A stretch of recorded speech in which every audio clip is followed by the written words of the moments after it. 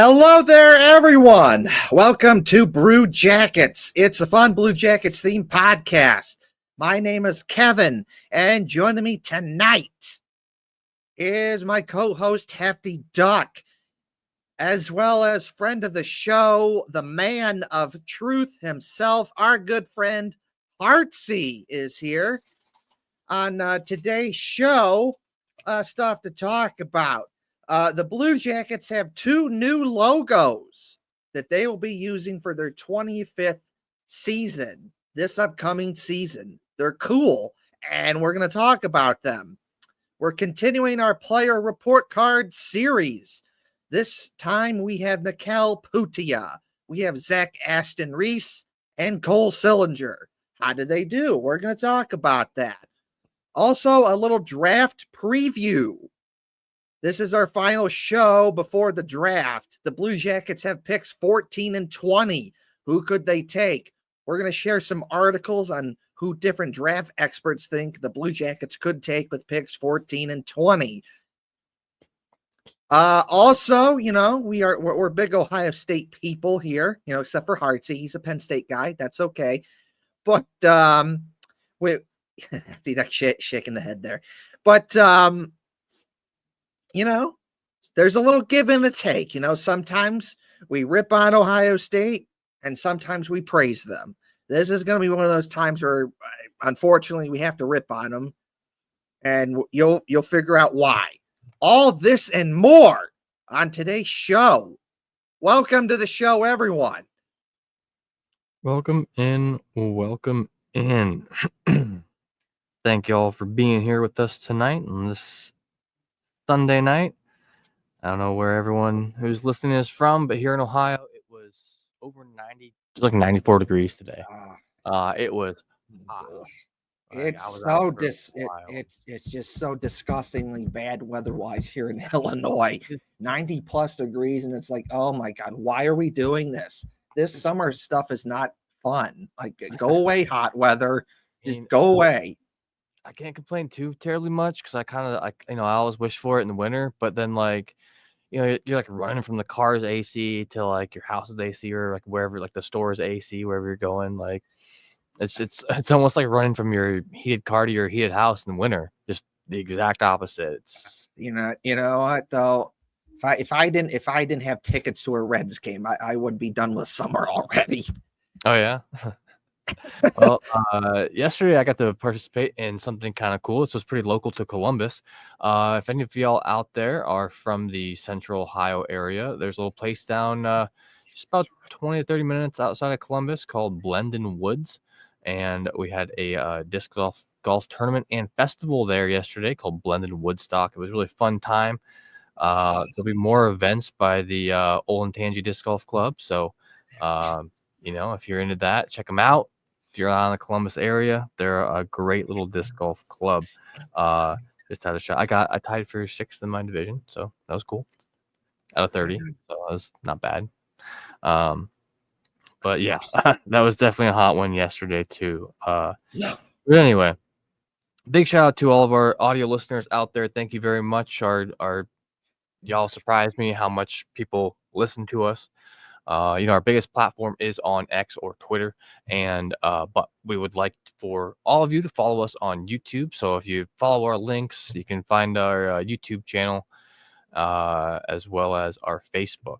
We currently stream to both YouTube and Twitter, but we're looking to stream to Facebook, and I don't know. There's some other places out there. Maybe we'll stream to one of these days, TikTok or something. But anyway, big shout out to you guys. Thanks for subscribing. Thanks for liking. And let's get on with the show.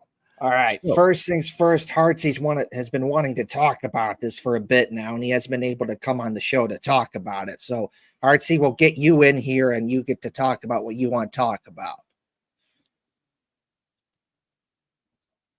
Putting you on the spot. Heartsy. You Michkov, Heartsy.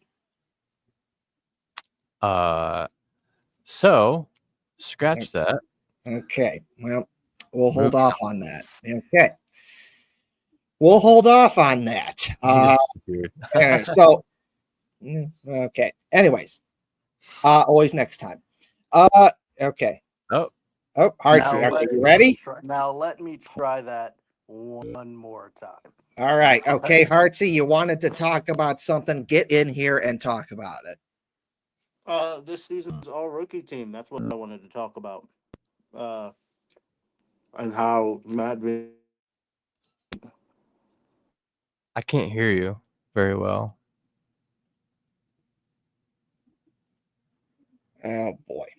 Is it just me? I can't hear you at all. No. Sorry.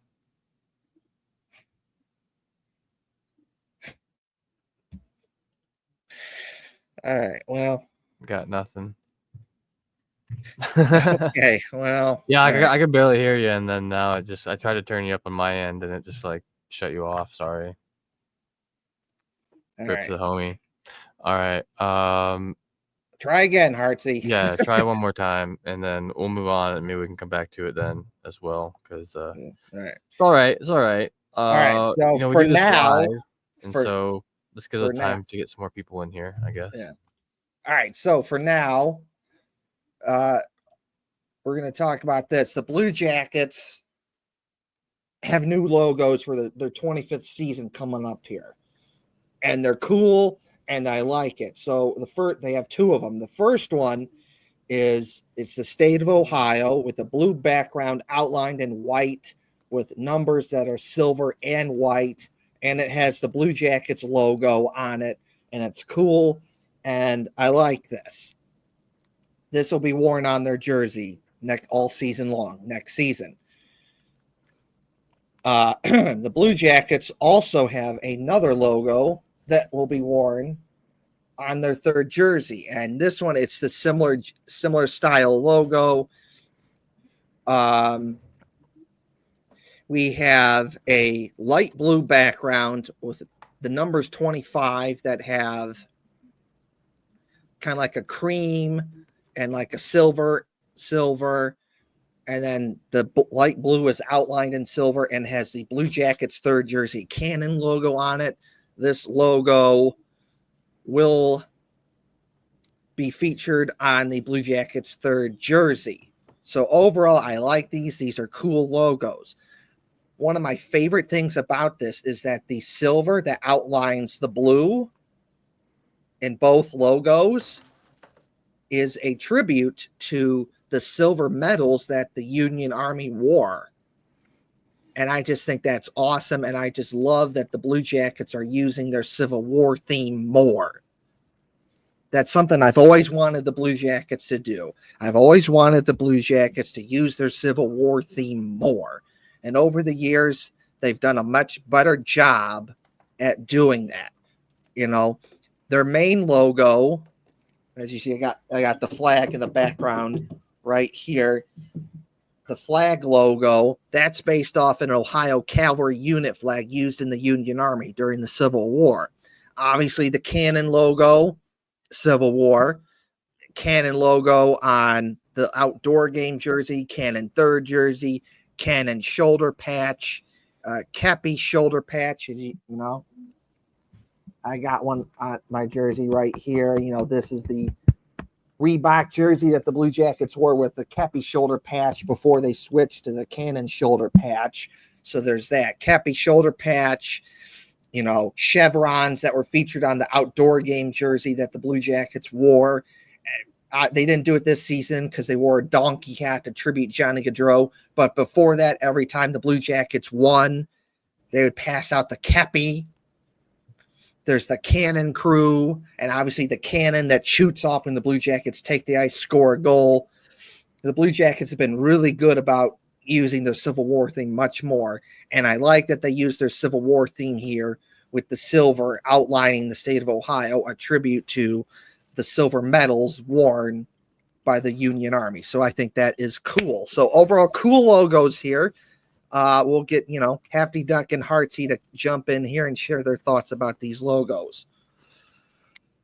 Well, so can you show me the red, white, and blue one first, please? Yeah. So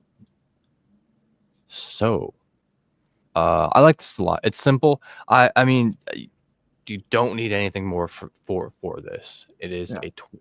This is a 25th anniversary logo. It's not like the new uniforms are all going to have a center just big 25 Ohio chest patch, right? Yeah. So personally, I like these because we've already talked about, with the outdoor jersey, how they had like the captain C and the A in the outline of Ohio on the jersey. And I like that a lot. So I like them using the outline of Ohio a lot for that. I mean, I really think that they can also, play into being the state capital a lot too, and that's what they're doing here as well as the Civil War themes. And so I like it. It's simple. It's straight to the point.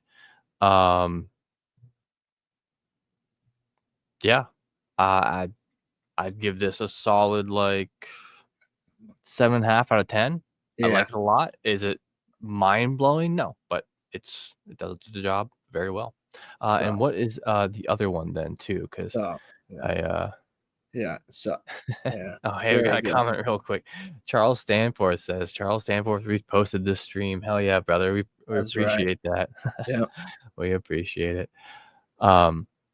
So with the third jersey colors, this one I don't like as much as the other one. Mm-hmm. And the reason being is the silver with the cream in the middle. This is just purely a design, my personal subjective opinion. I don't like the silver next to the cream because realistically, the contrast isn't quite there for me. Yeah. I think it would have been cool if they would have used the dark blue Right. and Yeah. kept the silver outline around the Ohio Yeah. and in the cannon, and then like the silver outline kind of representing that metal then. And Yeah. just gone with like the dark blue that's in the shading of the cannon, unless it's black. But I think it's, I don't know if I have a third jersey around here right now, but yeah, that's all. This one I have to give a 5 out of 10. Like See. it does its job. Yeah. It'll be fine on the jersey, but Yeah. Yeah. room for improvement. Overall, Yes. not bad. Yeah. So I like this one better than the other one. And the only reason I say that is I just wish there was more red on this one. That's just me, though. You know, I get that. Like I maybe like on the inside of the outline, like two outlines yeah, around yeah. it. There's a lot of silver going on here in this logo, and I need some red to kind of break it up here.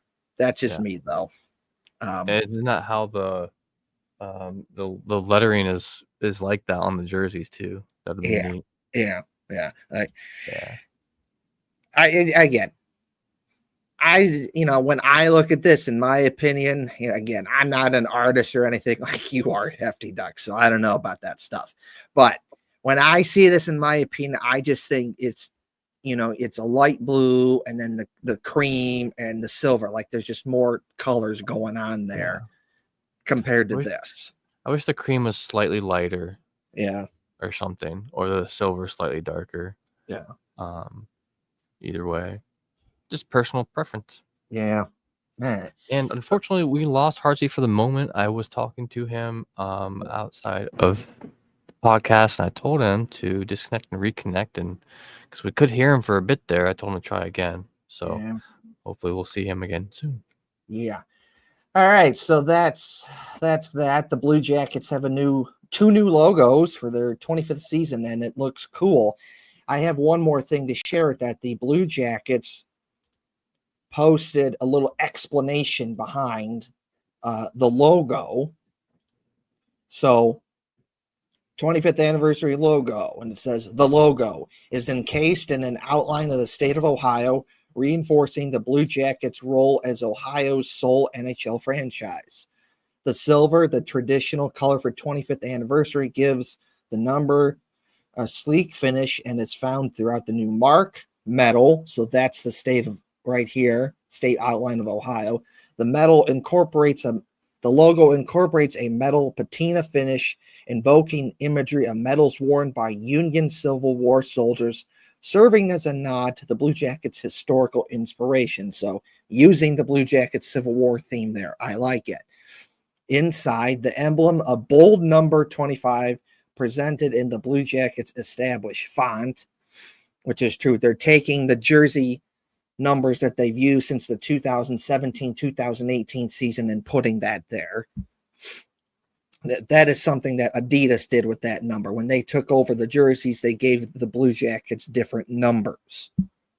And then beveled design adds depth and strength, mirroring the etching of the club's signature gold cannon. So there's a lot of behind the scenes stuff going on with the new Blue Jackets logos that you wouldn't know about unless you read this. So Hefty Duck, since you are the artist, you are the designer, we'll get you in here on your sort of thoughts about this stuff.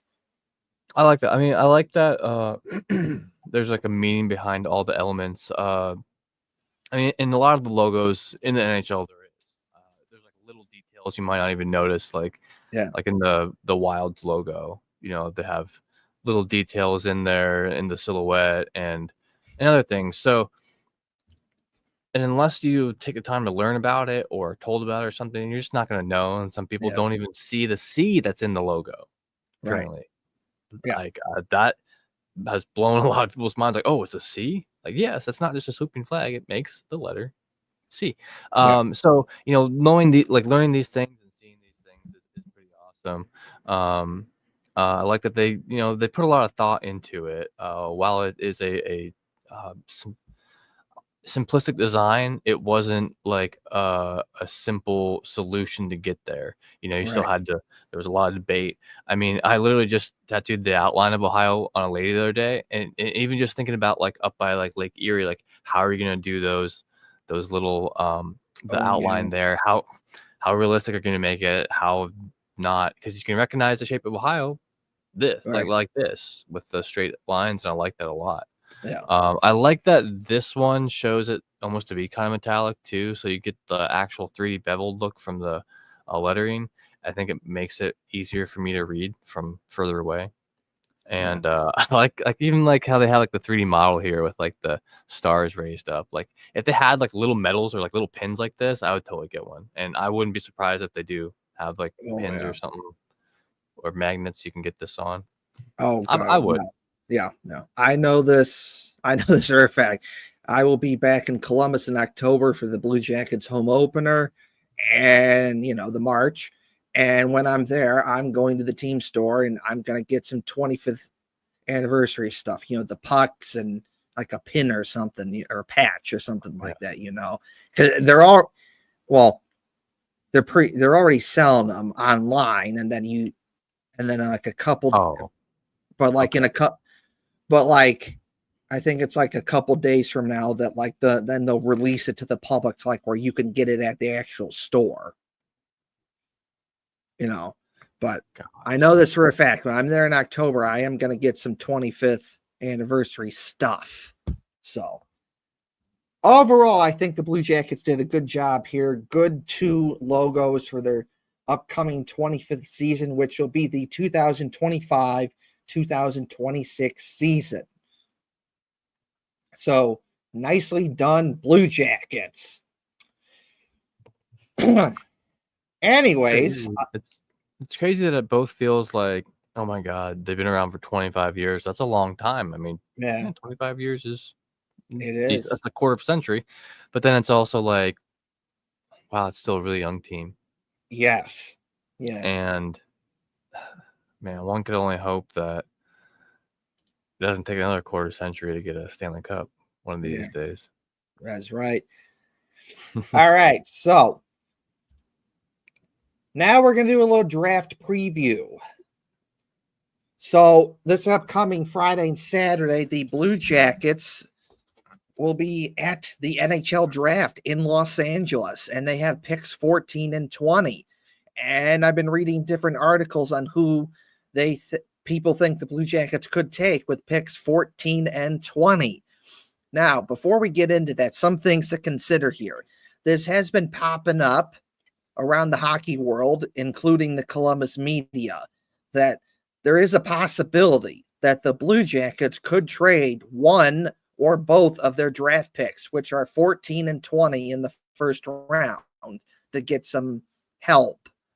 That is a possibility. Don Waddell says that he is open to that. So have to consider this, that there is a possibility that come Friday, when the draft is, that there's a possibility that the Blue Jackets could either trade one of their draft picks or both to get some help now. Something to consider here.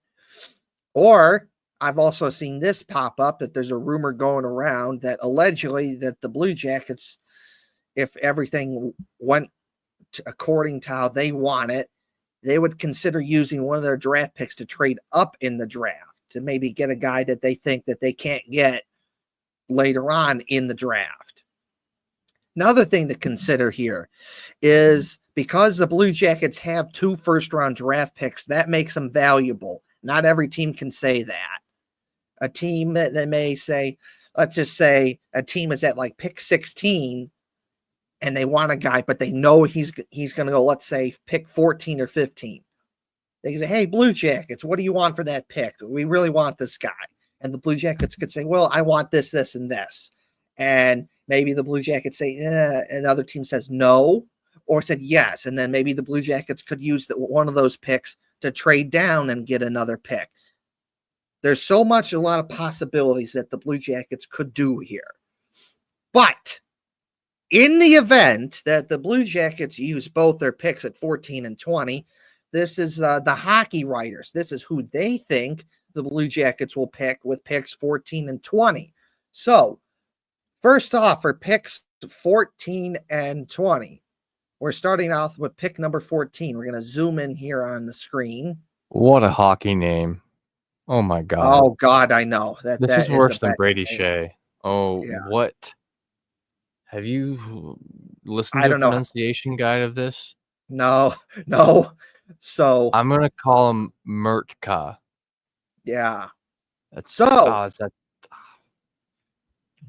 okay. So Radom? According to the hockey writers, they think the Blue Jackets will take Redeem MRTKA. I'm not even going to try pronouncing that. So Redeem MRTKA. Why? Quote, one of the biggest needs for the Columbus Blue Jackets is a young, big, physical defenseman and an area that currently lacks a long-term solution.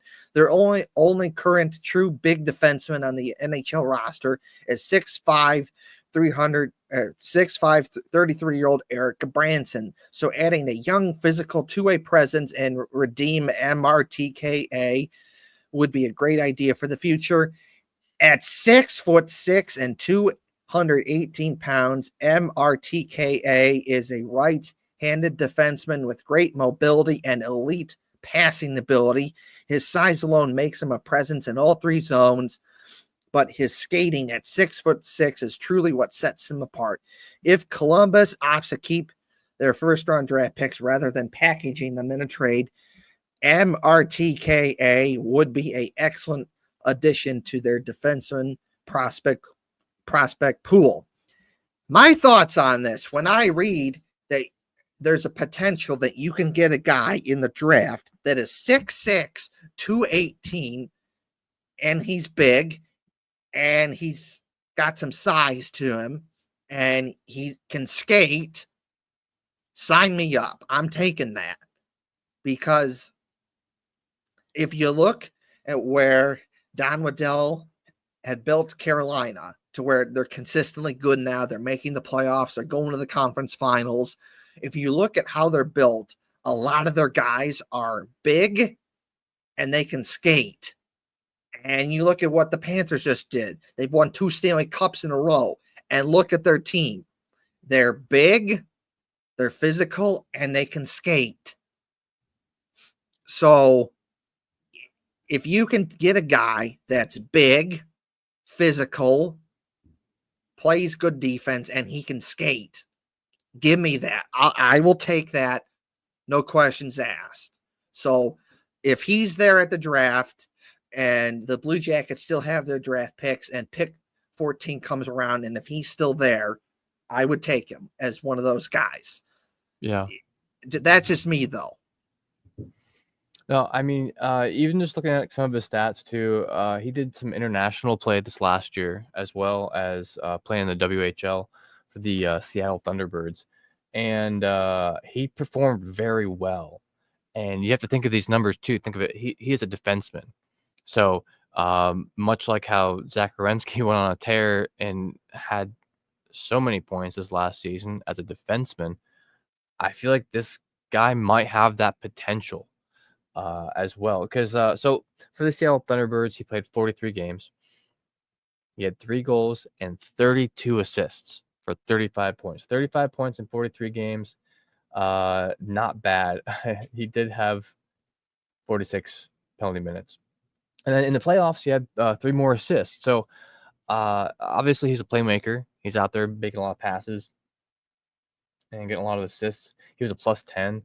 So for a defenseman, that's pretty solid. And also his size. I mean, he's only 18, 218 pounds, 6'6". This is what Elite Prospects has him listed at. I cannot, like, 18 years old. Give him 3 more years. I mean, 218, like, he has the potential to be an absolute menace on the ice and as a two-way defenseman. So uh, I would. He has some higher rankings by other scouting sources. Like Craig Button has him ranked at number 9. His highest ranking here is number 5 by NHL Central Scouting. So the potential here, I mean, why not take a gamble on that? Yeah. I don't know if it's even a gamble. He looks really good. I just, you bring up a good point there, Hefty Duck. He's 18. Like, he's still young and he's still going to grow more. Like, what's he going to grow into? At 18, he's already 6'6", 218. What's he going to grow into when he's like 19, 20, 21? Probably going to be something like 6'7", 6'8", like 220, 230. Like, if you get that, oh my God, give me. I'm taking that. Yeah.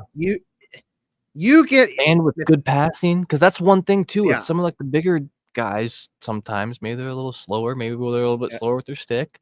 Maybe they have a really, really heavy shot, but they don't really have as much for playmaking or something. So that combo is crazy. I just, if everything of what what the hockey writers are saying here turns out to be true about this guy, that you get a guy that's at least 6'6", 218 and physical, and he can skate, and the passing, take that. If he's still there and I'm Don Waddell, let's go. We're running to the podium and we're announcing his name.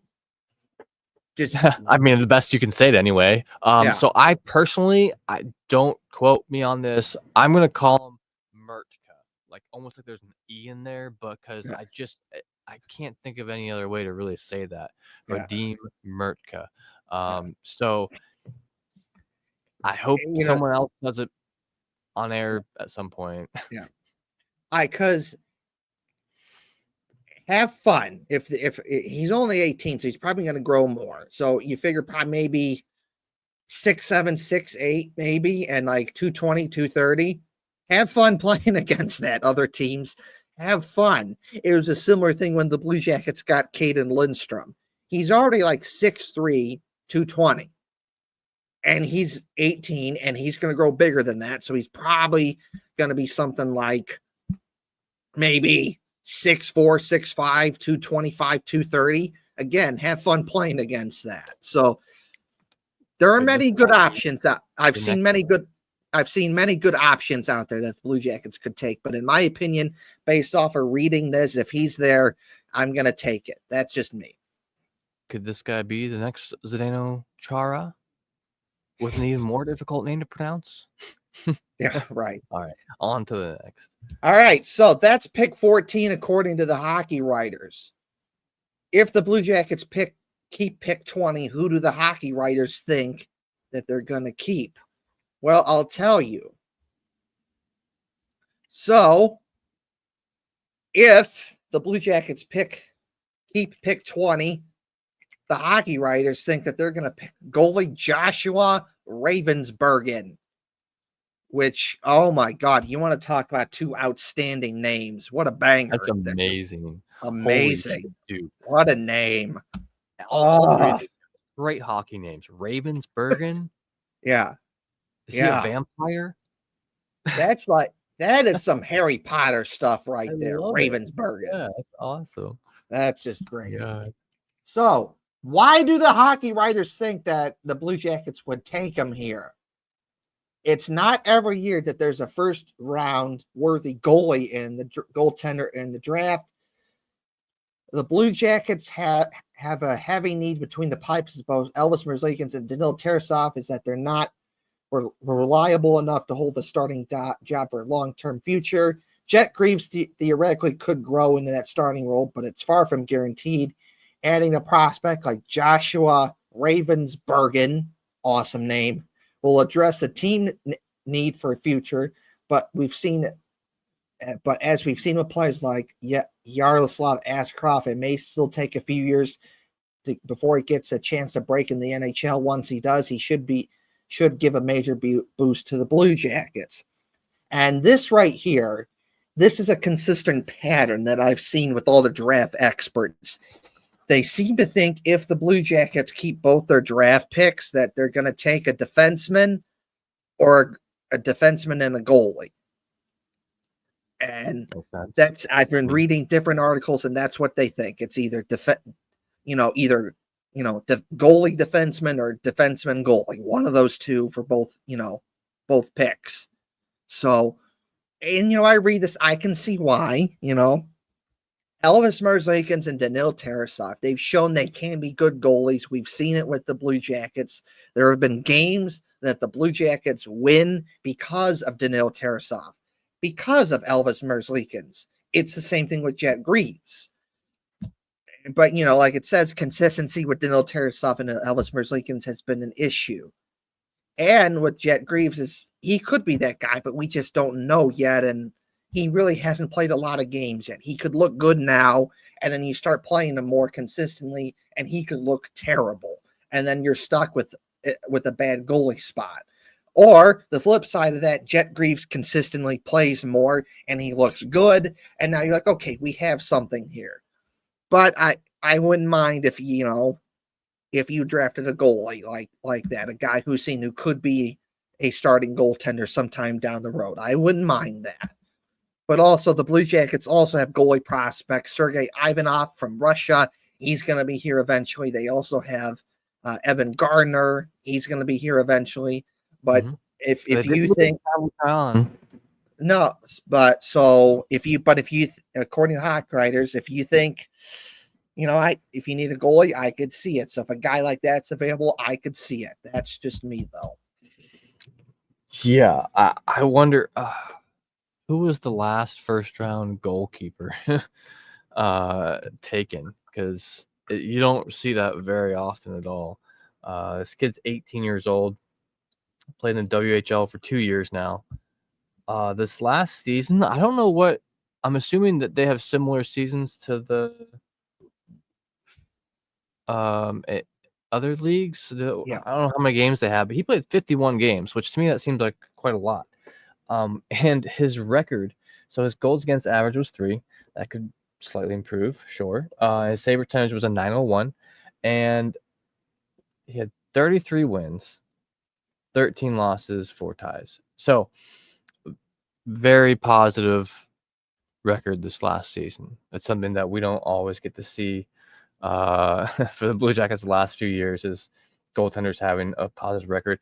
18 years old, could be a steal, but you're right. So you mentioned about the whole wheeling and dealing possibly with the picks. According to Elliot Friedman, a tweet from him, he said something about there's Don Waddell maybe trying something major this off season with the Blue Jackets, and who knows what that could mean, because the goalie situation, the goaltender situation is very I think it's about to be a touchy subject or not. I don't know. It's so hard to predict what is actually going to happen because they gave Jack Greaves this one-way contract this year. Yeah. Last year it was two-way. This year now it's a one-way contract. Granted, they could still pay him a lot and just have him down in Cleveland for a bit, but you can't really do that because as soon as he moves, he has to stay one place or the other because someone's going to pick him up, right? Right. Yeah. And I just don't see them doing that. I also cannot imagine a NHL team. I mean, unless Don Waddell is going to try something kind of out of the ordinary to have 3 goaltenders at once. Anyway, so besides that whole situation and there being kind of a logjam there is a need to think about the future of the goaltending for the Blue Jackets because although right now the goal for next year is going to be playoffs, is going to be to see how get as far as possible. This last year we weren't sure, but we need to keep in mind. So even though we want to win now, got to keep in mind 5 years from now. Sometimes it takes goaltenders a little bit more time to kind of cook because I think that there's a higher age cap generally, and it's not like you're carrying more than 2 of them at a time for the most part. And someone's gonna have to play in Cleveland. So I think with losing Pavel Chayon, this could be a decent pickup for the Blue Jackets. Is it 100% written in stone? No. Do I think that they could but these are both areas, defense and goaltending, where I think that they need to strengthen. I don't know if the answer is a new goalie or to strengthen what they have, but it could be. I'm not.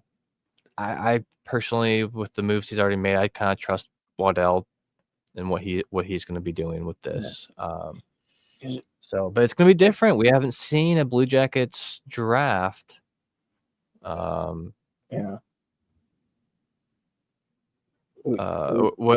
Waddell did last year's draft, right? He did. So kind of. he did do last year's draft, but the thing is he got hired late in May and the draft was June. So I just wonder how much input he really had into that because he got thrown into it. And how much of that did he go by what he wanted and how much was just like going with what the scouts who already put in all the work and saying, okay, this is what you should do. To be fair, he probably was already actually looking at that because he was with Carolina, right? He was already employed. He went from one team to another. He didn't really have a break. So maybe, the only thing I'd push back on that is that, if you're going from one team to the other team may have a different drafting philosophy. So like if he was still with Carolina going into that draft, he probably has a different mindset on how to go about that draft. But you're with a new team. You're with a new team and different scouts who worked their butt off the entire year, who probably have a different way about how they want to go about things. And you're just this new guy that's going in to it, basically thrown to the wolves. I just wonder how much input did he really have in that? Whereas if this draft, he's had a full year with the Blue Jackets and a full year to work with the scouts. He was at the draft combine. So, he has a better understanding now going into what the Blue Jackets need from a draft standpoint. And now it's like, he probably has a certain thing that he wants now, and he's going to work understanding with all the scouts that he's worked with for a full year now. So, there's a better understanding now. Yes, 2024 is Don Waddell's first draft, but we should give him a little grace there. This draft can really be considered his first full draft because he's had a full year with the Blue Jackets and working with the scouts and going to the draft combine and just a better understanding going into this as part of the Blue Jackets organization. And sorry, continue. And it's just another thing, the Blue Jackets haven't had a draft like this where it's like, man, what could they do here since the 2021 draft? Because the 2021 draft, they had 3 draft picks. And that was like, okay, what do you do with that? Do you use all three? Do you trade one of them? Do you trade two of them? Do you trade all three of them to get some help? What do you do there? And ultimately, the Blue Jackets made the decision to use all three draft picks. That year, they used the draft picks to get Kent Johnson, Cole Sillinger, and Corson Ceulemans. Of course, two of the three guys are with the Blue Jackets now, Kent Johnson and Cole Sillinger. Corson Ceulemans is seen as one of the, top defenseman prospects for the Blue Jackets and still with Cleveland, but that's okay because defenseman prospects usually take longer to get to the NHL. So that's, there's that. And then the 2022 draft, actually, the Blue Jackets had two draft picks then. No way. No, I take that back. Yeah, the 2022 draft, they had two draft picks as well. They had David, so it's 6 and 12. They used that to get Dave, and there's talk about that too. Okay, what do you do with that? Do you trade both picks? Do you keep a pick? Do you use both picks? That was a big talk going into that draft. What do the Blue Jackets do? Ultimately, the Blue Jackets decided to use both draft picks. They got David Jiricek with pick 6, and they got Denton Mateychuk with pick 12. Okay, the David Jiricek thing that didn't necessarily worked out because, well, the Blue Jackets told him, please fix your skating 2 years in a row. He didn't want to do that, and there's other, which did not help, and he was getting blown by because if you can't skate, then you're not going to have a good time because it essentially becomes 5-on-4 instead of 5-on-5. Other issues with that too. So you know what? They trade Jiricek to Minnesota, and that's why they have the extra draft pick because that pick 20 is Minnesota's draft pick, but Minnesota traded that to the Blue Jackets. So that's why the Blue Jackets have picks 14 and 20. Yeah. And on the last two drafts, 2023 and 2024, they've had a top 10 pick, and it's not a, and now the question there was, okay, what do you do with that? Like, who do you pick? Because you're not trading that. Well, so the Blue Jackets get Adam Fantilli 2023. They get Caden Lindstrom in 2024. There is a caveat there that Don Waddell has said if Caden Lindstrom wasn't there, they would have traded that pick. They were only picking Caden Lindstrom at pick 4 that year. They got their wish. They got what they wanted. They picked Caden Lindstrom at pick 4. But generally speaking, the last two draft years, they really hasn't been what do you do? But now you have you have two draft picks here. What do you do with this? Do you trade both picks? Do you trade one of them? Do you use both of these picks? There is really no, necessarily bad solution because you trade one of the picks to get you something. You trade both of the picks to get you something. Or you use both of the draft picks to get you something and you add to what is already the best prospect pools in the NHL and you make it even better. And Hefty Duck, you're right to say that the Blue Jackets do need to get better at, their goaltending spot and defense. That could be through a trade, get some now help, or what we've seen in this, the mock drafts here is that you use those draft picks to get better on defense and goalie through the draft. There really, which I would be okay with that as well. There really is no wrong answer here. The Blue Jackets have a lot of options that they can do with this draft. Yeah. Well, and honestly, the likelihood of a goaltender going first round. So the last time that a goaltender went first round was 2021. The Red Wings and the Minnesota Wild both took a goaltender in the first round. With picks 15 and 20. So similar picks to what the Blue Jackets have right now. That was Sebastian Casa and Jesper Wallstedt.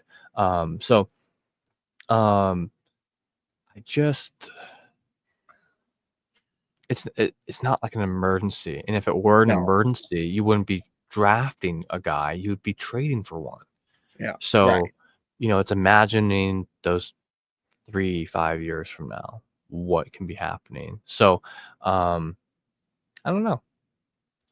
I wouldn't be surprised to see a trade up, to possibly see some big moves happening with offseason trades or something with certain people who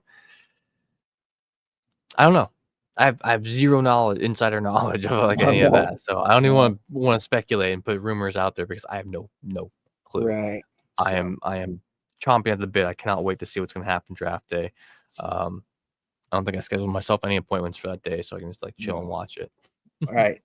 So this is from floorhockey.tv. They had a draft article, and this is who they think the Blue Jackets would pick with 14 and 20. A little different here because 9 times out of 10, when I have read an article previewing the draft and just these draft experts, 9 times out of 10, people think that the Blue Jackets will pick defenseman or a goalie with both picks.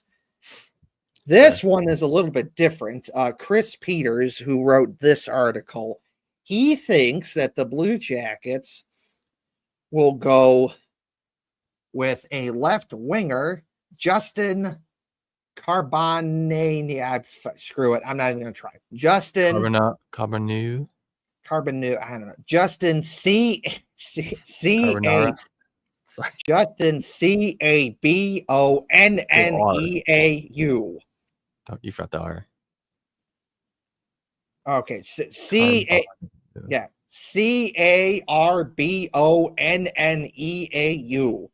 You can just call him Justin. Yeah, Justin.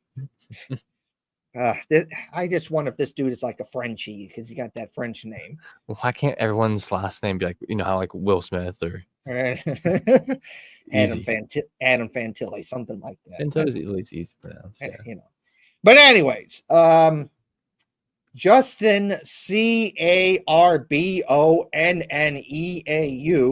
is a player I'm watching to potentially land a little earlier, as he has such tremendous skill with a physical profile that makes it harder to play against. He has a real good scoring potential, and that could benefit that power game would benefit Columbus with what they're building within their system right now.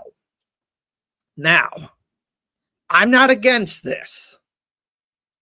You can always use more offense. And a power game, to me, that kind of sounds like, like a Dmitry Voronkov sort of thing. Where he's a bigger dude, a power game, bullies his way to the net, and he can score. Got some offense to him. The only thing I would say to this, offense is not my first priority. Like, I get it. If this is the best guy available and the Blue Jackets feel like this is the guy they want, then do it. Just a slight pushback is that the Blue Jackets offense is not necessarily one of their big needs right now. As you know, if you watch the Blue Jackets this season, they were really good on offense, top 10 in scoring. One of the best 5-on-5 goals, one of the best teams at scoring 5-on-5 goals this season. Their home power play was really good, 26.8%. Just ridiculously good at scoring goals, really good at scoring goals at home, just really good at scoring goals. The Blue Jackets scored 6 goals 15 times this season. They had 2 players who scored at least 30 goals. That was Kirill Marchenko with 31 and Adam Fantilli with 31.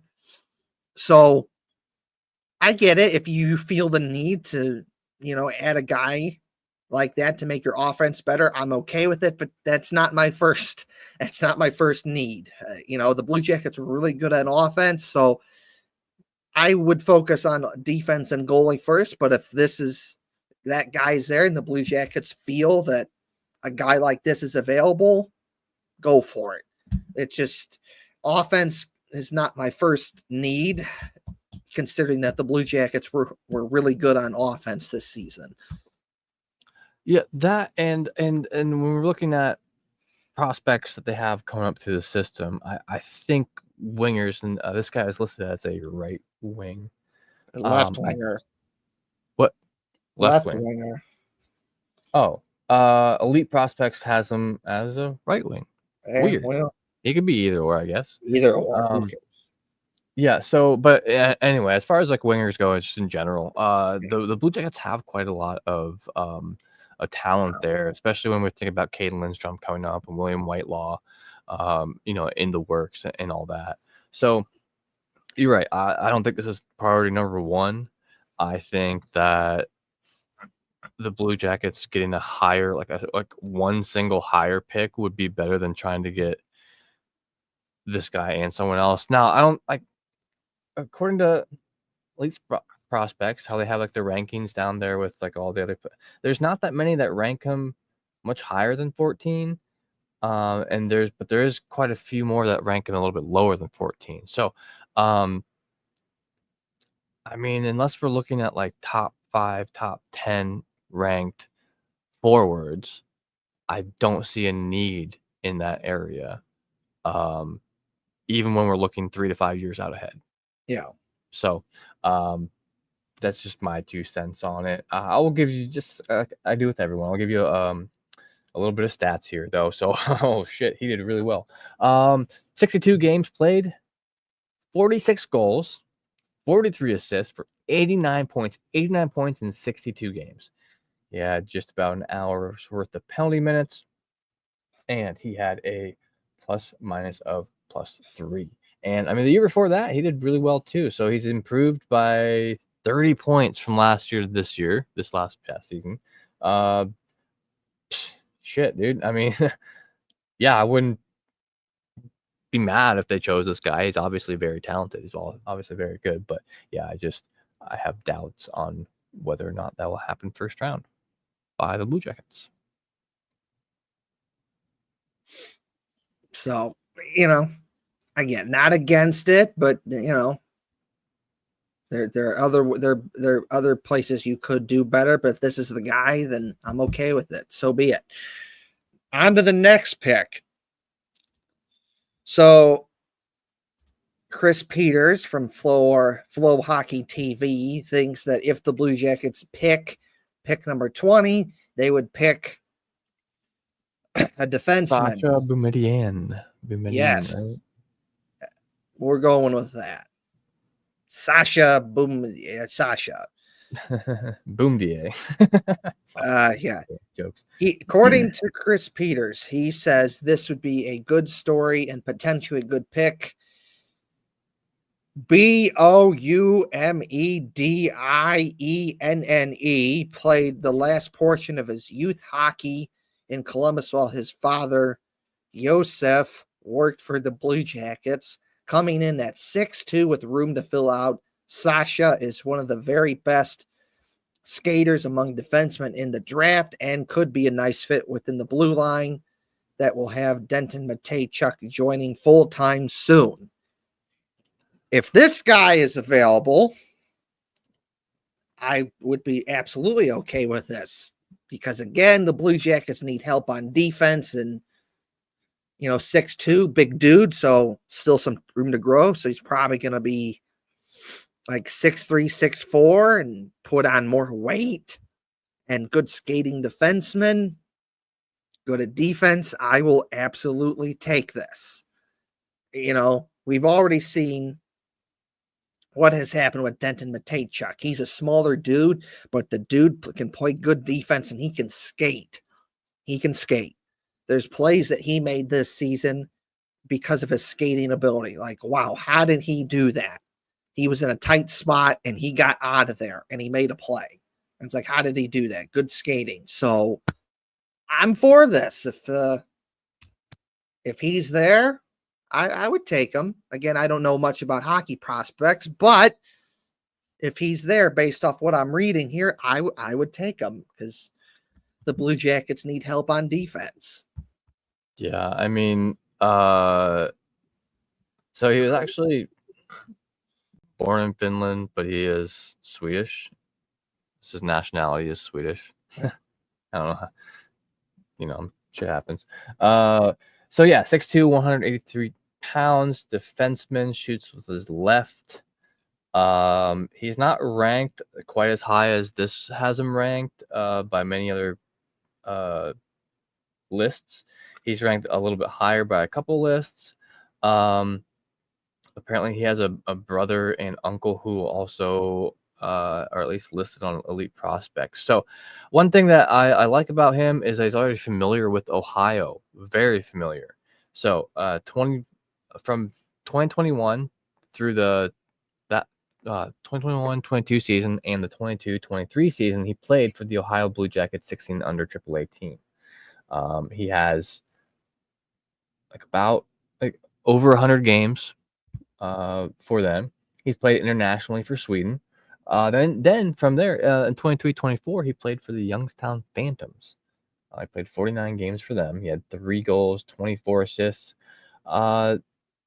This past year, for the 24-25 season, he played for Boston University, a well-known hockey school.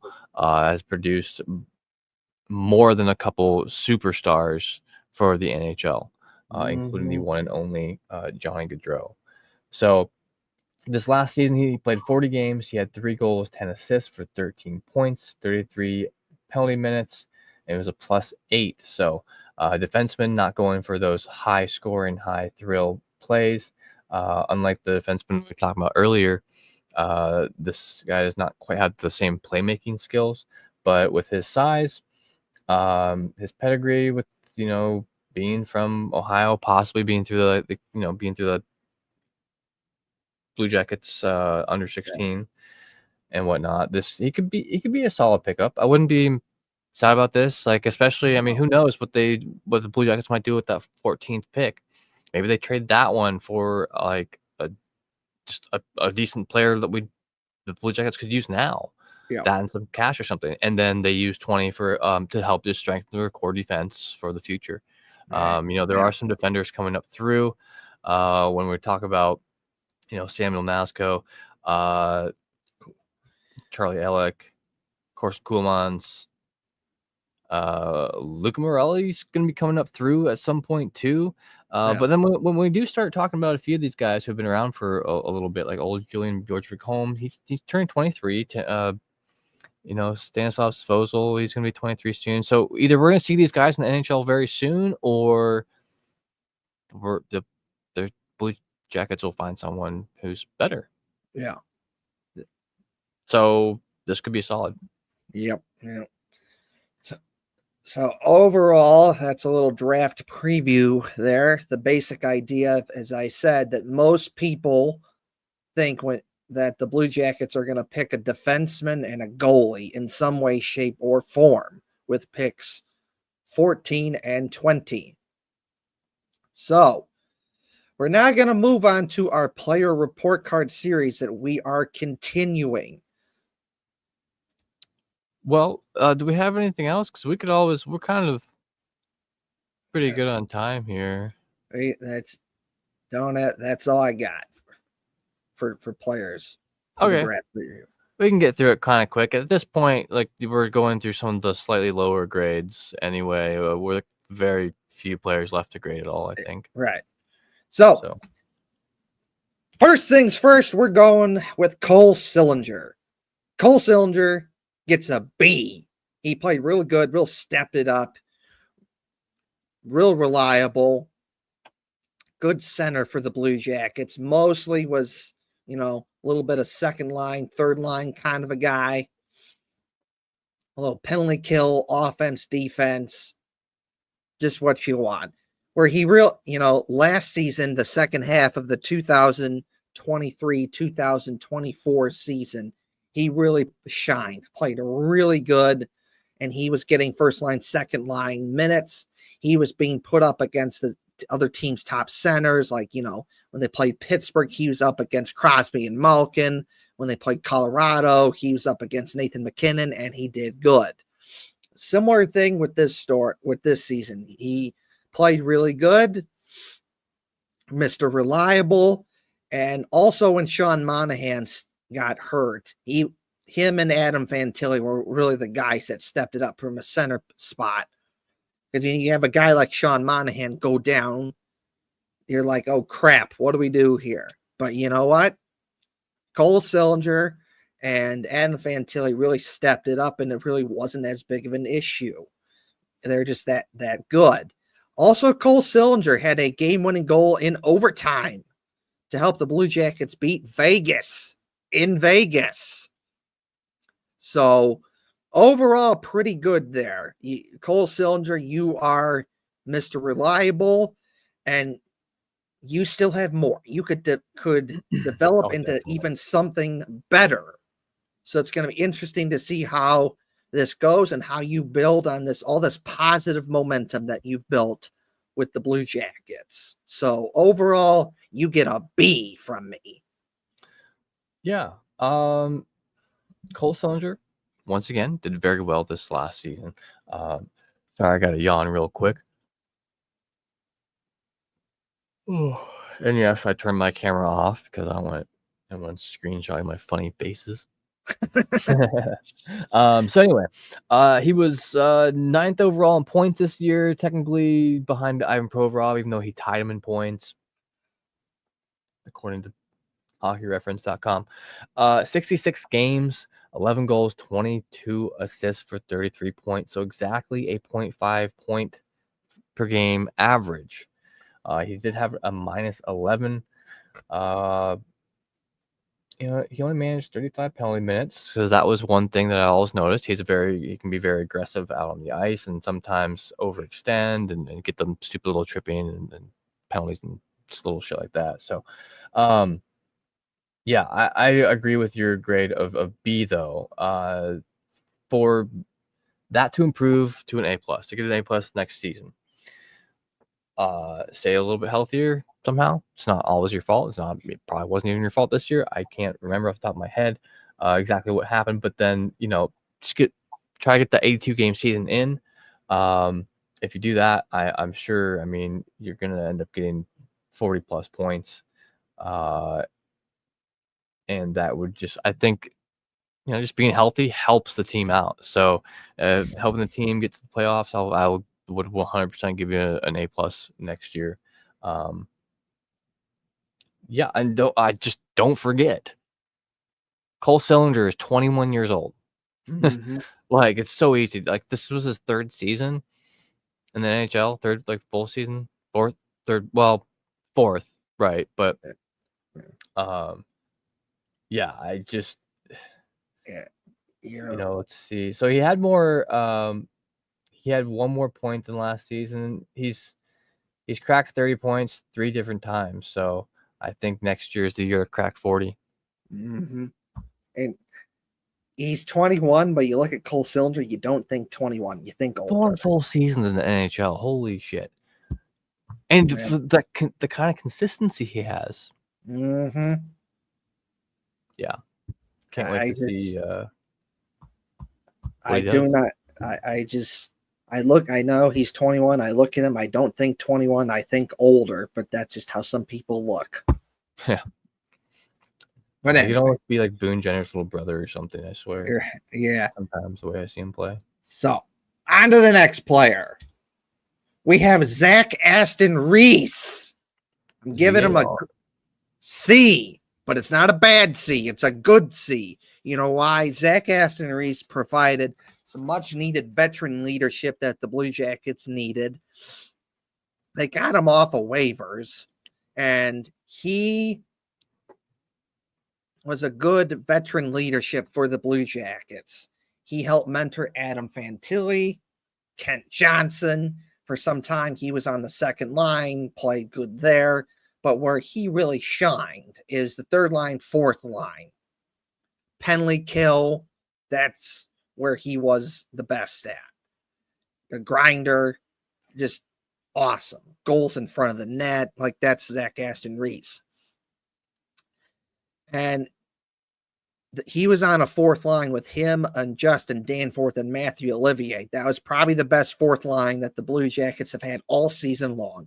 If the Blue Jackets needed a little energy, a little spark, they needed a little something to get going, Dean Evison would put out the fourth line of Zach Aston Reese, Matthew Olivier, and Justin Danforth to get the Blue Jackets going. And it worked because once they got going, they would have a good shift or two in the offensive zone. They'd leave the ice, and then a different line would come out, and they would build on that. And the Blue Jackets, sometimes would get a goal off of that because they got good oomph, good energy from that fourth line that Zach Aston Reese was on. Zach Aston Reese played so good that he earned himself a 1-year contract extension. So overall, I like it, but there are some games that he didn't play. It's not because he didn't do anything wrong or he was playing bad. It's just he got healthy scratched for whatever reason. So there's some games you missed.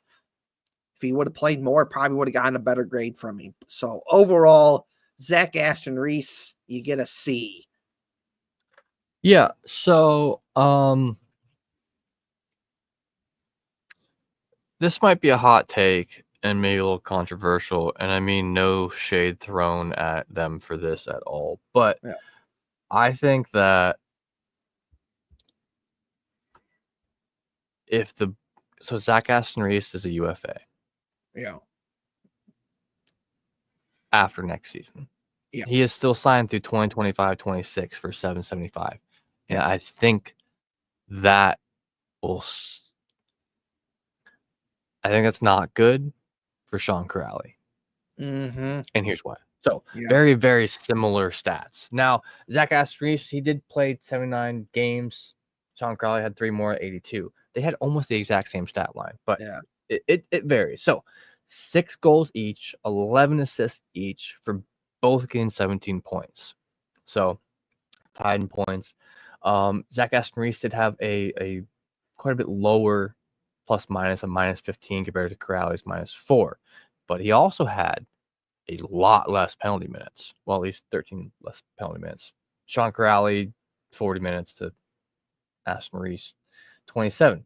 So, I mean, there's some more deeper analytics we could dive into a little bit more. But personally, so Sean Corrali, I mean, he came up with a $2.5 million cap hit each year. The Blue Jackets don't necessarily need to save cap hit, but they can't just spend it all randomly willy-nilly and be like, oh, yeah, well, you know what? We like you, so come back for 3 years. No, we have to look at, like, the bottom line, and I love Sean Corrali. I think he brings in what you were just talking about, Zach Aston Reese. They know when they need that fire lit, fourth liner coming in. If it wasn't Zach Aston Reese, it was Sean Corrali. They were, like, almost interchangeable this year, and so that's why I think it, besides the whole grade thing, I think that we could see him doing the same thing next year. He seems very consistent. He's 30 years old. He's 2 years younger than Sean Corrali, if that matters to anybody. I mean, it's just 2 years, but so I have to agree though with this grade of a C. He is a center. He is a forward, and obviously he's fourth liner, but just looking at Boone Jenner, for instance, who had 26 games, and he had more goals, assists, and points by 1 each. So, next year, in order to get A+, make the team out of camp easily, and get 20 points plus. Team goes to playoffs. We'll be all golden. Yeah. On to the next player. We have Mikhail Putia. Yes. Didn't they just sign this guy or give him? They gave him a qualifying offer, right? Yes. He didn't officially sign it, but they gave him an offer. They just gave him it.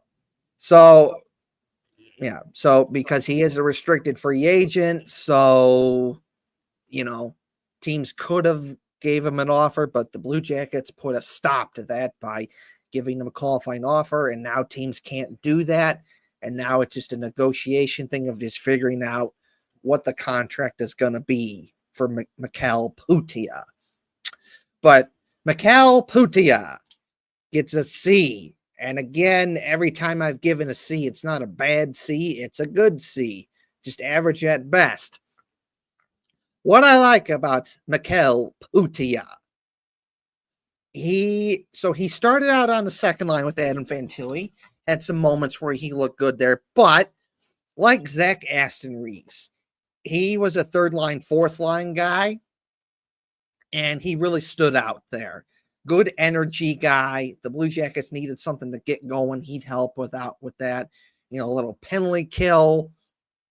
The dude's fast. Like, he's got some speed to him where he's been able to make some plays because he's fast and, he blows by people. So good third line, fourth line guy. I actually saw him score his first NHL goal in person. It was a game against the Oilers where the Blue Jackets smoked the Oilers 6-1, and he scored one of the 6 goals.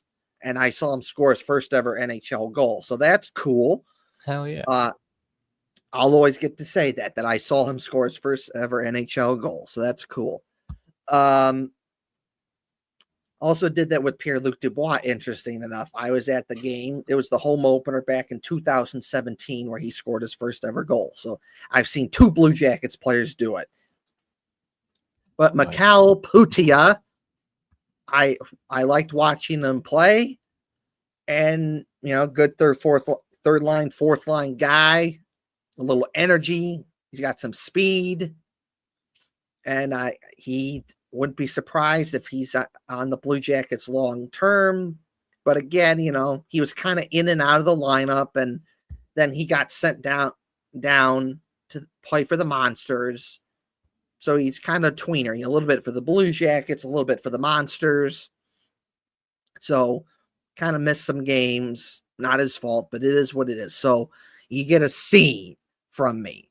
But I do think that he has the potential to be even better than that.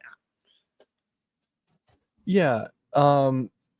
Putia and Matejchuk are kind of somewhat in the similar boat there. They had a similar amount of games this last season. Putia had 47 games for the Blue Jackets, Matejchuk 45. They're like just on that cusp of just being like a little bit too good to just stay in the AHL, but maybe not being consistent enough and experienced enough to really lock in that spot on the Blue Jackets without being a helpless scratch all the time too. Yeah. So Putia had 4 goals, 3 assists this last year. He was a -11 with 6 penalty minutes. So not bad on the penalty minutes. He plays safe a lot that I've noticed anyway.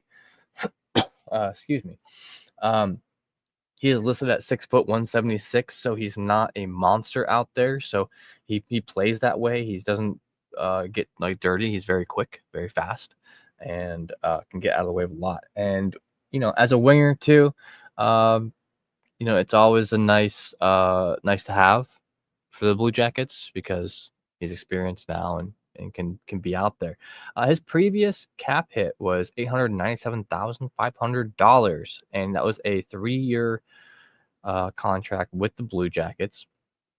And in each consecutive year since he started with them, he's played in more and more NHL goals. The season prior, he had 17 games. This last season, 47. So his trajectory is on the way up. His qualifying offer is, I just saw it here.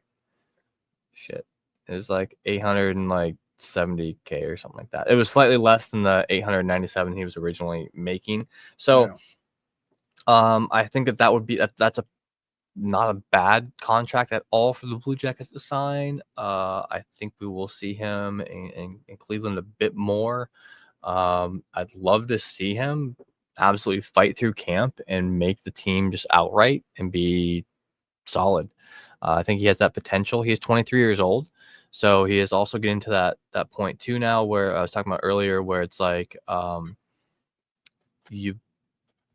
if you want to play in the NHL permanently, you really need to make that breakthrough sooner rather than later. Right. The longer you wait, the more, and it's still not a bad position to be in, playing in the NHL and the AHL, but the longer that you're unable to really make that permanent leap, you might end up bouncing back and forth for the rest of your career. Not saying that will happen, not saying that he's like bad or anything at all for that. So just my opinion. So, with that, all that being said, yes, grade C is deserved for Putia. For him to make that to an A plus, like I said, he has to make the team outright permanently from a camp. He needs to get into 70 plus games the next year, and I mean from a winger, you'd be looking at 15 goals, 15 assists, or something like that. Uh, so that's what I think it would take for him to get an A plus in the next season.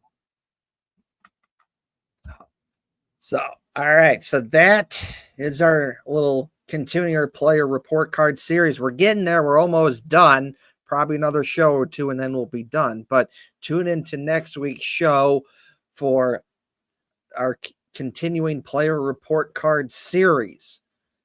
Now, we have to talk about this. So, I'll put this up on the screen first. So, college sports are getting like a salary cap / revenue sharing sort of thing where there's only certain amount of money that goes around between all of the school's respective teams. So this obviously affects Ohio State. We like Ohio State and we talk about Ohio State. So, that's what we're going to talk about. There's 4 sports that Ohio State has picked as of right now. That's football, men's basketball, women's basketball, and the women's volleyball team. Now, if you read many of the comments in response to this tweet, this is an Ohio State reporter, Dan Hope. But if you read a lot of the responses to his tweet, a lot of people are calling out Ohio State for not including the Ohio State women's hockey team. And I agree with those people. They are right to call out those people. I mean, they're right to call out Ohio State. Why? Well, because Ohio State women's hockey team, they are the best of the best. They are what you want. They have been consistently good now for some time now. NCAA tournament appearances, Frozen Four appearances.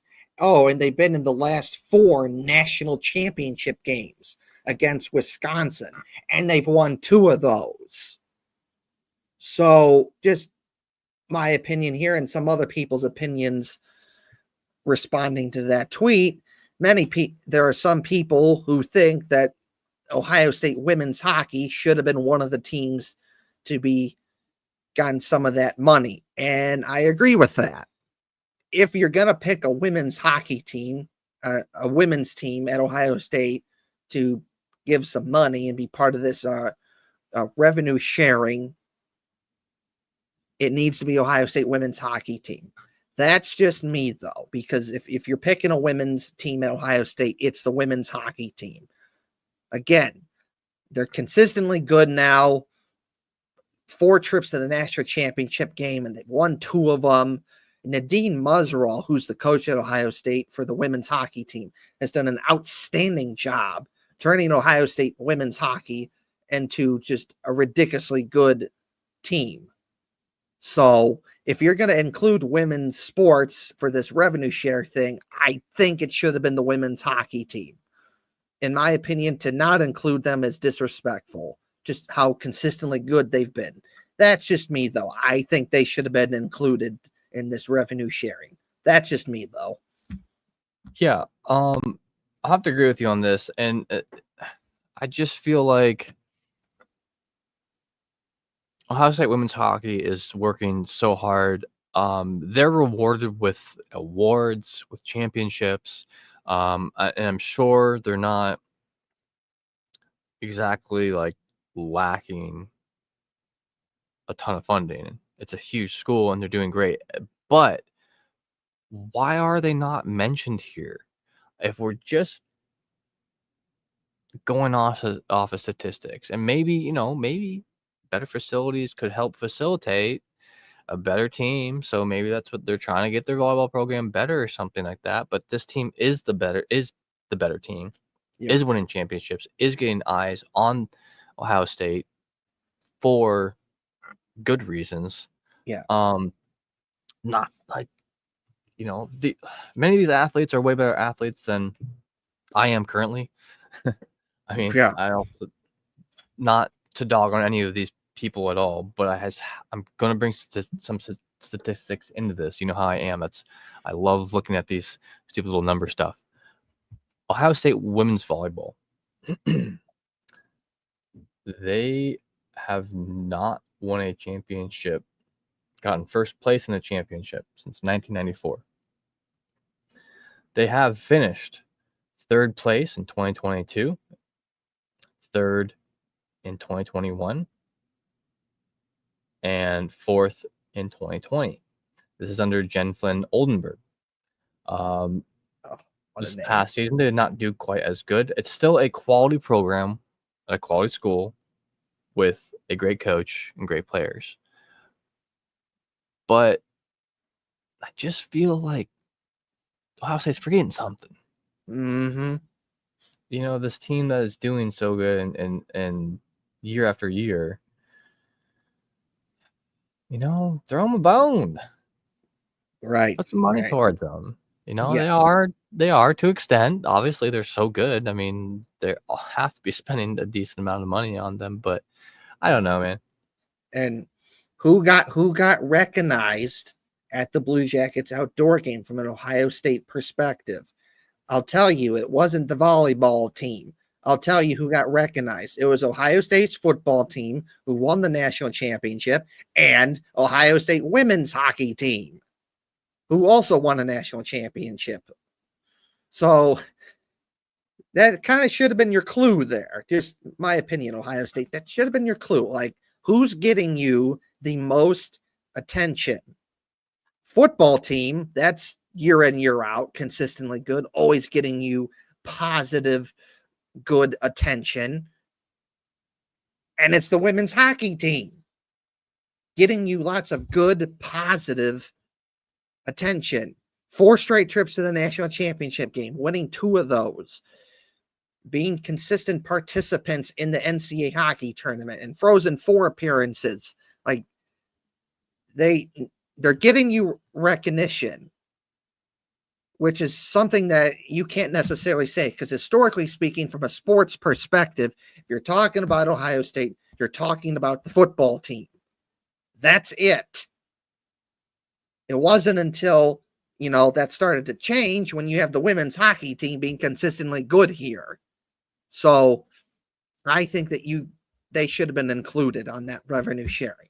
There's probably a reason why they weren't. So be it. But I think that they should have been included in that, especially the fact when you consider that, they're playing at a peewee rink and probably are not getting the greatest, facilities. They're just fighting for crumbs. And yet they're still that good. So, again, my opinion, I think they should have been included on the revenue sharing. They are your best women's team. They're getting you the most recognition from a women's sports perspective. That's just me, though. Yeah. So here's to another great year of Ohio State women's hockey. That's right. Maybe, we'll get a little more for it. Yeah. Anyway. So, there's that. Okay. On to the next thing that I'm going to be talking about here, which is this. Now, not going to play the song for copyright reasons, but we all know that 21 Pilots are big Blue Jackets fans, and they also played at the Blue Jackets outdoor game. But did you know that there's 21 Pilots music in a hockey video game? What is that hockey video game? I'll tell you. It's NHL 19.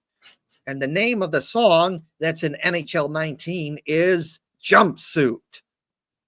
It is a good song. I like it. But the thing about this is NHL 19 is one of my favorite hockey video games. I've played it a lot. And, you play sports video games. They have music in the games from different bands. And I remember hearing this song when I was playing NHL 19, and I thought it was a good song, and I liked it.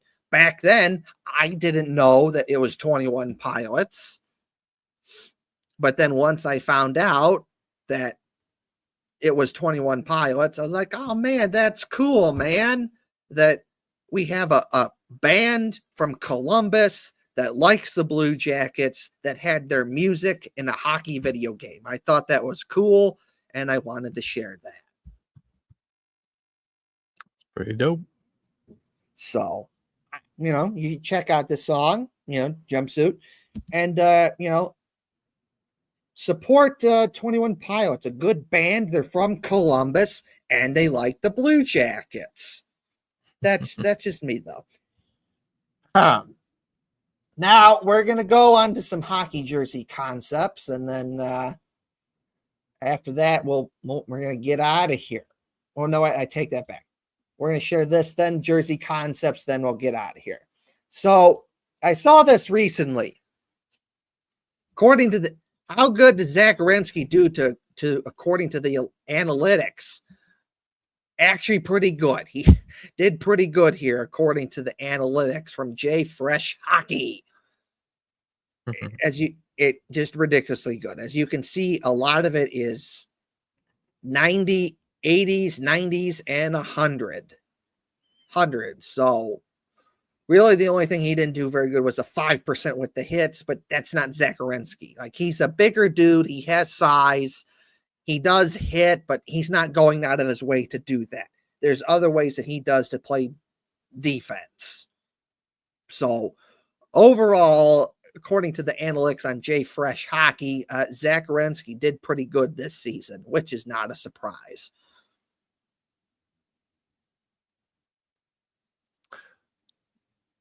Sorry. Did you ask me something? I didn't say anything, but I thought you would jump in here and say something. Yeah, I am. Sorry, I was just looking at something real quick. Yeah, I can't believe that what a season Werenski had. Now, these numbers don't just tell the story of Werenski, they tell the story of the Columbus Blue Jackets as well. Yeah. Obviously his offense, amazing. And his even strength defense and power play are still elite level, but that's not the strengths that he had. It's not the strengths the Blue Jackets have. And then the penalty kill, don't get me started on the penalty kill, because it's bad.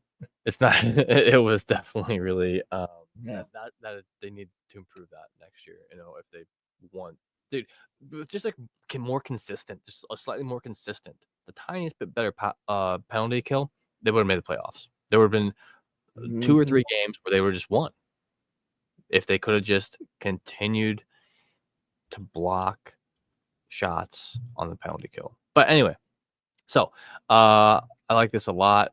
Hits being down at 5%, I don't blame Zach Werenski at all.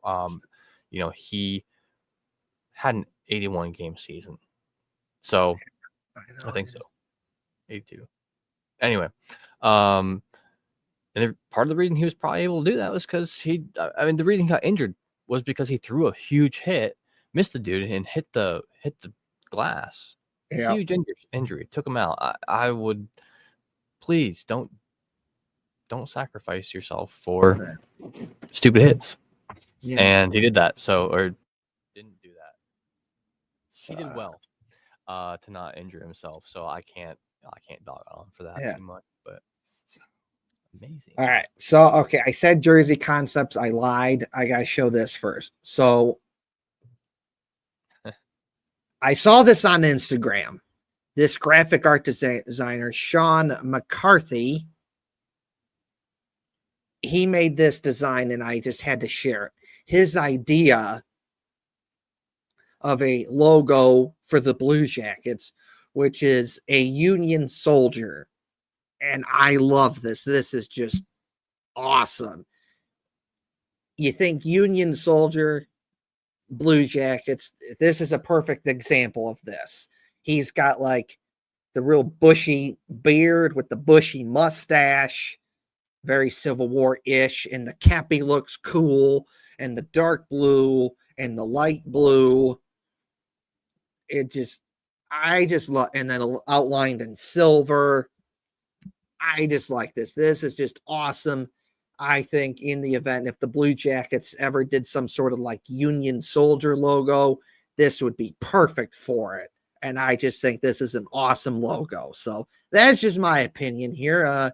We'll get you in here, Hefty Duck, to talk about this.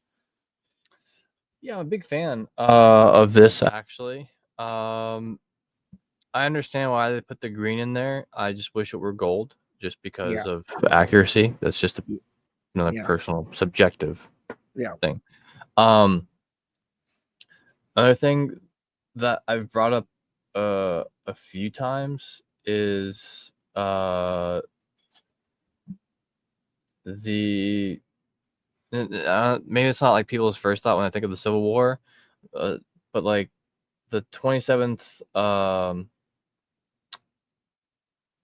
USCT, the regiment was like an all African American regiment from Ohio, and like I said, I know it's not people's like first thought, but when I think of maybe like a infantry soldier, but I would kind of like to see that, maybe portrayed a bit more into it, because they were pretty vital to the success of the Civil War advance here in Ohio. So not complaining, not saying that he was wrong for doing that in any way, but it'd be cool to see. I just would love to see it. So anyway, dig it. There's a little bit lack of detail for me. There's just like a lot of shadow, but it'd be cool to see on like a secondary, like a shoulder patch or something. Yes. I had that thought too. If that was a shoulder patch, I'd take that. Especially like if the Blue Jackets ever had an outdoor game again, that would be like a perfect like shoulder patch logo to do. And another thing, I'm just seeing this, looking at this, because I didn't pick up on this until now. But on the belt buckle on the cappy, there's a C on it. Like, I like that. I'm curious if that was intentional, or if it was kind of motion to help round the hat, to make it slightly more three-dimensional. Yeah. But yeah, there's definitely a C. Oh, in the buckle, I thought like the top of the hat where like like kind of swoosh is, but no, that's actually, that could be very well be intentional. But I could see why you're seeing the C on top, because it does kind of like a swoosh, kind of like a kind of curved C. I could see that, but I was talking about the C on like the belt buckle on the hat, the cappy, like right there. Yeah, that's pretty cool. So overall, good logo. I like this. All right, so now we're going to jersey concepts. First things first. This one is totally different. I haven't seen anything like this. Usually, if it's dark blue, light blue, they're using the Canon logo. I mean, they are on the shoulder patch, but this one is different because the Canon is not the main logo on a dark blue, light blue jersey for the Blue Jackets. Instead, this artist is using the Blue Jackets regular logo on a dark blue background with light blue shoulders and the Canon logo, and then the numbers are white outlined in red. I think this is pretty cool. This is different. This is original. I have not seen any jersey concepts for the Blue Jackets like this one.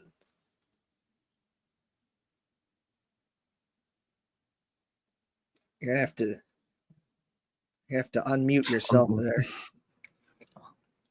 I'll just say what I was already saying. I like this a lot.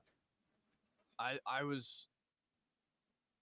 always been kind of curious how that lighter blue next to the red would feel.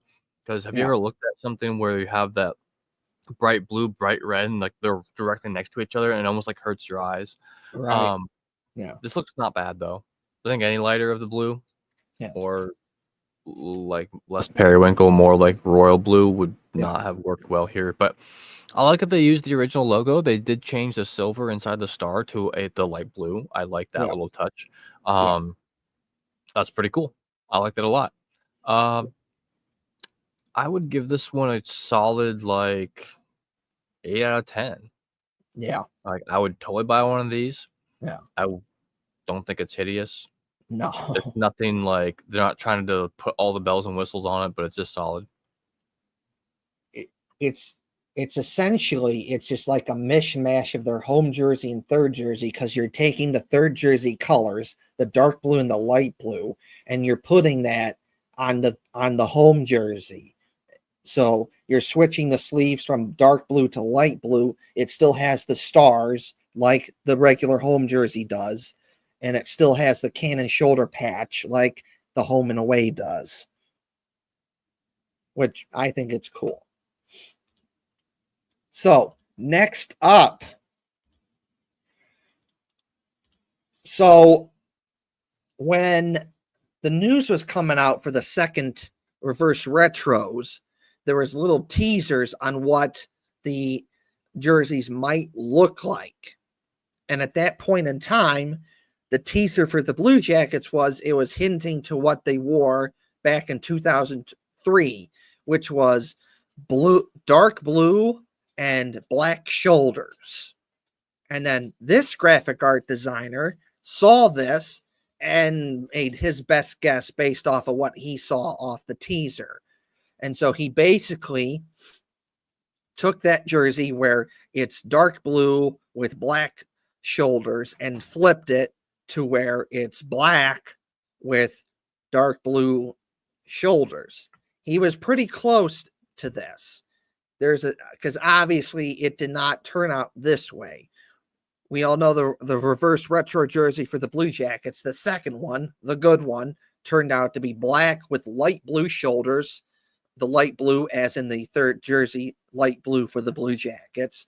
And then the shoulders was the original logo on one side and the Kepi logo on the other side. But other than that, as a prediction, he actually did a pretty good job here. He was pretty close. Yeah. Actually was pretty close, but ultimately I like the one the Blue Jackets came up with quite a lot more. Yeah. Yeah. I've never been much of a fan of like a navy blue directly against black. Yeah. And with the red thrown in there, it just makes for an odd mixture of a palette for me. I do think one of the things throwing me off a little bit is seeing the green of the collar. Yeah. I know it's the collar. You're not going to see that when the jersey's on, but it's throwing me off now. I'm just like looking at it next to the red. I'm like, ugh. But yeah, man, I gotta give this one maybe like a 5 out of 10. Yeah. I'm not enthused by it. Whereas I give the actual reverse retro probably like an 8.5 out of 10. Yeah. Yeah. I will say this. The one reason why I'm okay with the black and the dark blue here is because that white stripe with the red, that kind of helps a little distance, kind of help breaks it up a little bit. I wish they would have just held off on the red, and the white would have been great with it, I think. Yeah. But like the white and the red, that kind of does help break it up, so it's not as bad. Yeah. Pretty good prediction here. He was pretty close. But like you, Hefty Duck, I'm glad that the Blue Jackets in this instance went with the light blue shoulders to go with the black, because it's much better color contrast of the light blue with the dark blue and the white and the black. But overall, this is a pretty good prediction here. So, on to the next one, our final jersey concept for this show.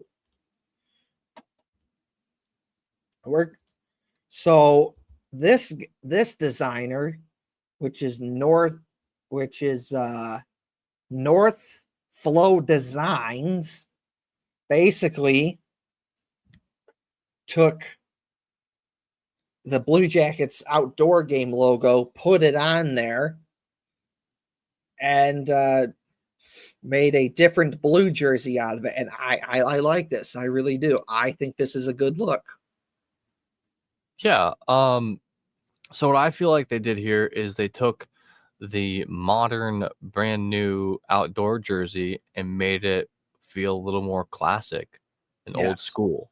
And for our audio listeners out there, they did that. I'm not the biggest fan of the collar exactly. It's a white, so With it's a red. thin red stripe first, and then Yeah. like a thicker white stripe.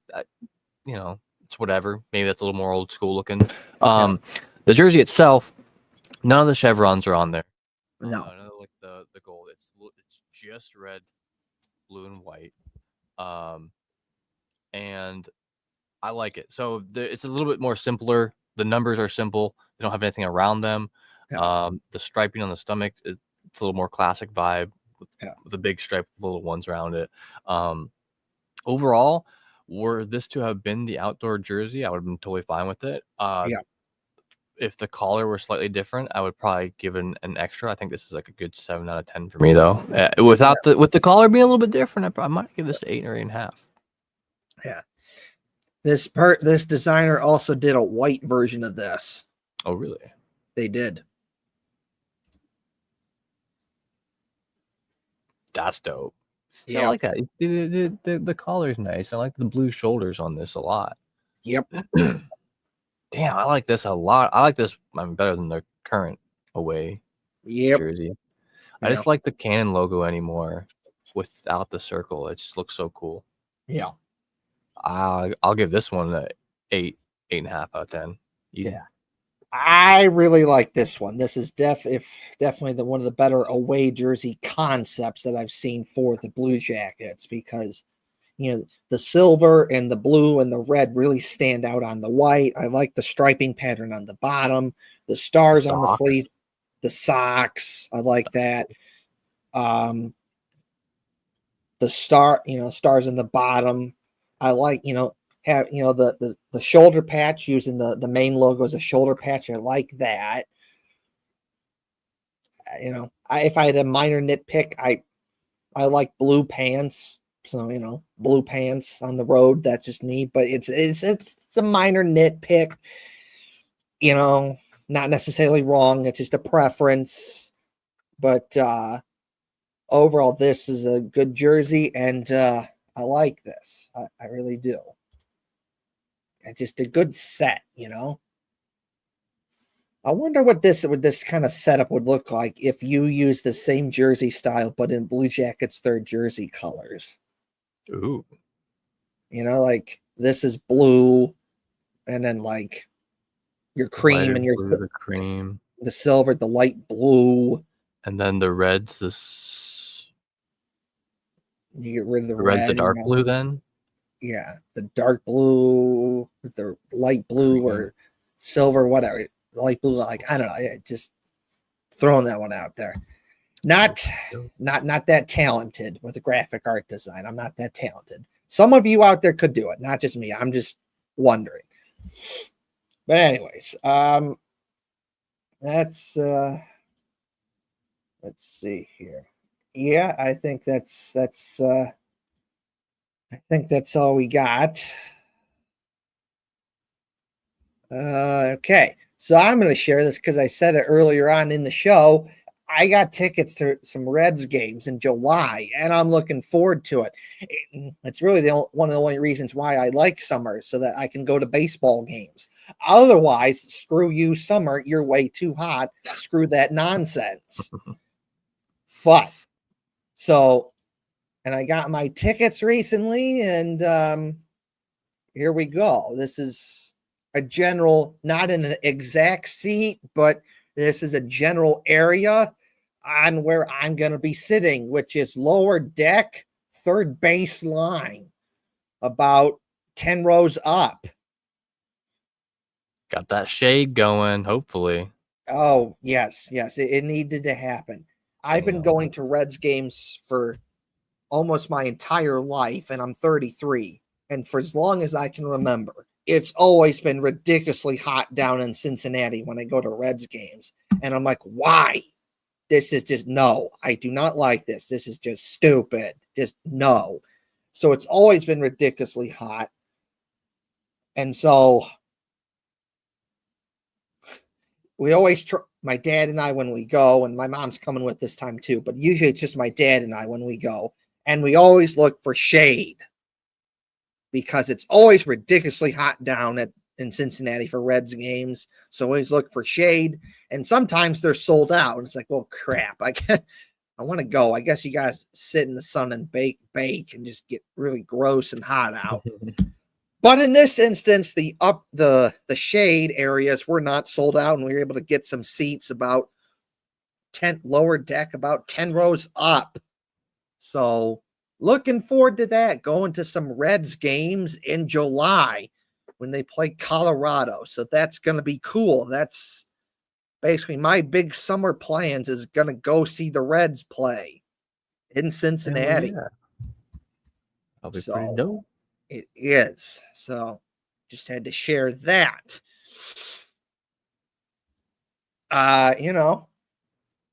You should totally like, share, and subscribe to the YouTube channel. That'd be greatly appreciated. Like, share, subscribe to the YouTube channel. Please tell your family. Please tell your friends. Like, share, and subscribe to the YouTube channel.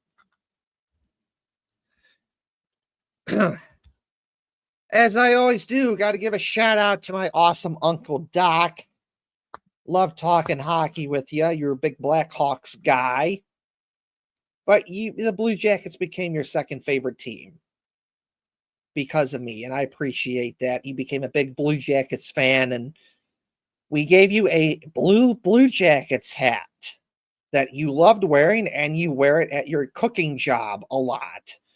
And it was a big hit. Your fellow co-workers would ask about the hat. They'd say, hey, what's that hat? And of course, my Uncle Doc would be like, oh, it's a Blue Jackets hat. Hockey. Like, oh, that's cool. And it was always good to see you at family get-togethers and parties and holidays like Thanksgiving and Christmas and Easter and so much more, and birthdays and family parties. Just so fun. Love talking hockey with you. I wish you were still here, but you died, unfortunately, back in September.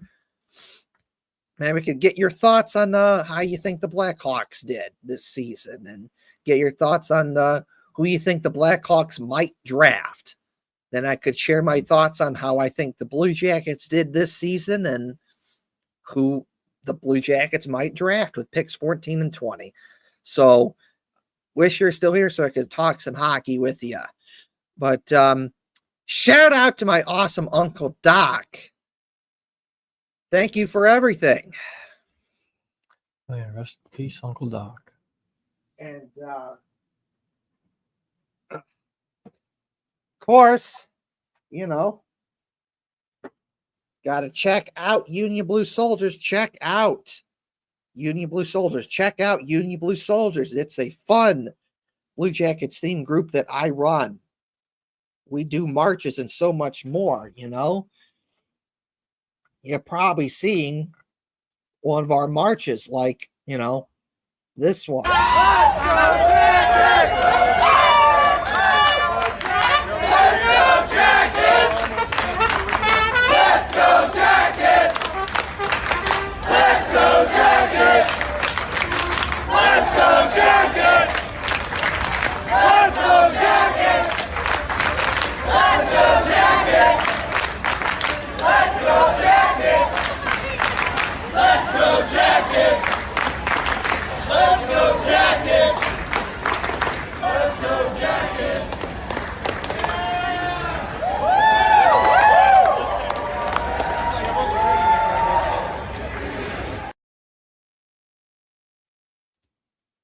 So, there it is.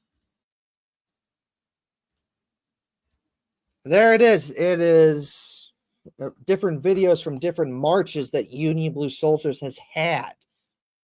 So much fun. Well, you can see there's Stinger. Stinger showed up. We've had different people from the Blue Jackets organization show up. We usually get about 100 people to show up. We've been on TV. If you've been to a Blue Jackets game, you've probably seen one of the marches on TV. If you've been to a Blue Jackets game, you've probably seen it on the scoreboard. It's been in the Columbus Dispatch, 97.1 The Fan. TV commercials for tickets for Blue Jackets games, and so much more. So our next one is going to be the Blue Jackets home opener this upcoming October. The schedules are coming out in July. So once I know what the date is, that's when it will be. So check out the Union Blue Soldiers March. The next one will be for the Blue Jackets home opener this upcoming October. It's a fun event for fellow Blue Jackets fans that all come together and cheer on the Blue Jackets. So check out the Union Blue Soldiers March this upcoming October. Be with your fellow Blue Jackets fans and cheer on the Blue Jackets. So we're gonna do that. That's all I got to say. So Hefty Duck, you can say your stuff and then we can get out of here.